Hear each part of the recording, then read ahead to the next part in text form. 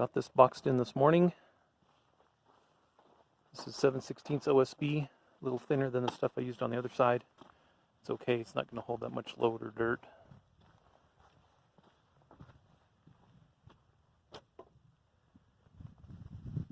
And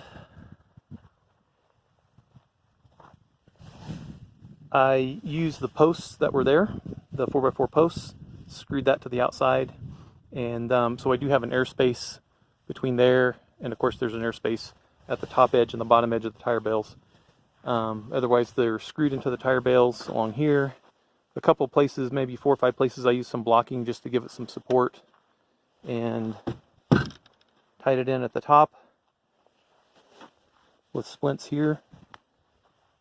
Screwed them all in all along the back side here. About 2 or 3 places I built them up with pieces of wood so that it's nice and solid. Okay, just wanted to show how I'm doing this real quick here. Got these edges glued in with this R13 all the way down the edges of the bond beam with liquid nails. I'm just using the big tube, it's just easier. And then I've got some tires and bricks just holding it in place. Oy! Then what I'm doing is just putting blobs of it along here like this. I'm running a bead of Great Stuff along that edge and along this top edge of this to make a nice seal, and then I'll just take this and set it down on top, press it into place, put a couple tires or bricks on top, and then that'll hold it in place. Okay, cool. Okay, so got the 2-inch rigid foam insulation on the front tire bale wall, and I did do what I wanted to do on the backside that I didn't do everywhere on the backside, and that was just make a seam of or a bead of Great Stuff everywhere I sandwiched these together. So it worked really well. Took a couple cans of Great Stuff, no big deal.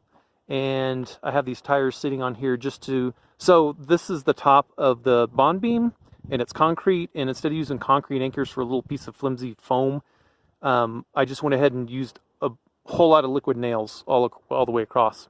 And so glued those down to there. That'll hold it in place. I'm going to leave those tires in place for a couple days, and just to make sure the liquid nails solidify nicely.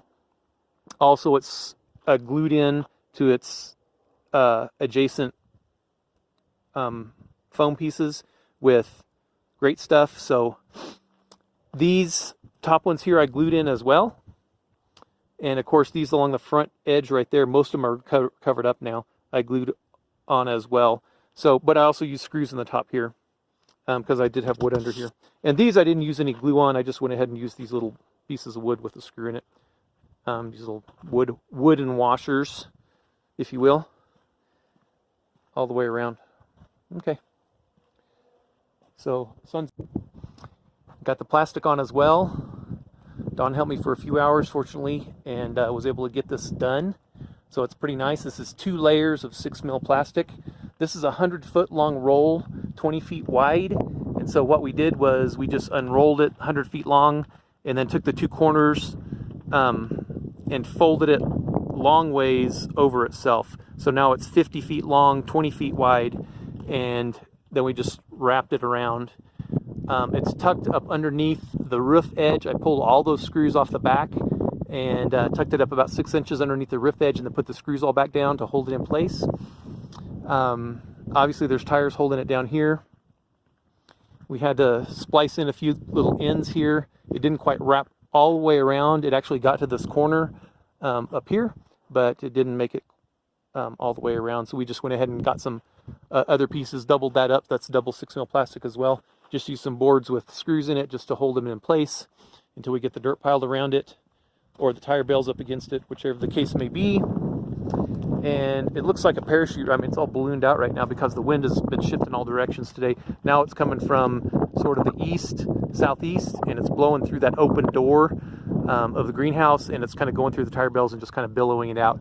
So one of the things I worried about doing was once I started piling dirt here, that it would pull my plastic down, which would make it taut from the edge of the roof straight across, and I don't want that. I want the plastic to settle straight down along the back of that beam and then come across the top of the back of the wall.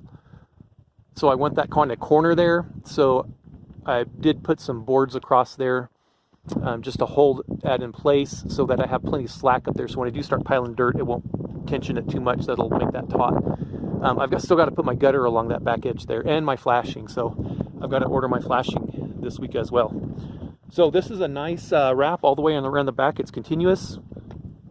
And we had to splice in some pieces over here as well.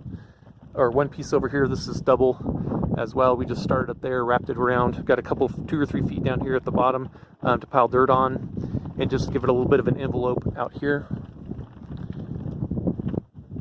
And I really don't know exactly what I'm going to do as far as wrapping the plastic all the way around here or not, if this is what I want to do. I just went ahead and brought it around, screwed it in. This is probably, once we get our door in, or our doors in the airlock right here, this will get lath, and then we'll put a cement veneer on it. Okay, cool. So it's wrapped now. Now we can start piling dirt around it. It's mid-November now, so hard freeze is coming late December. So I want to at least get 3 feet of dirt piled around all the way around the whole thing to prevent it from frost heaving. Okay, so if I can do that, and I can get that done before it freezes hard, I'll be very happy with that.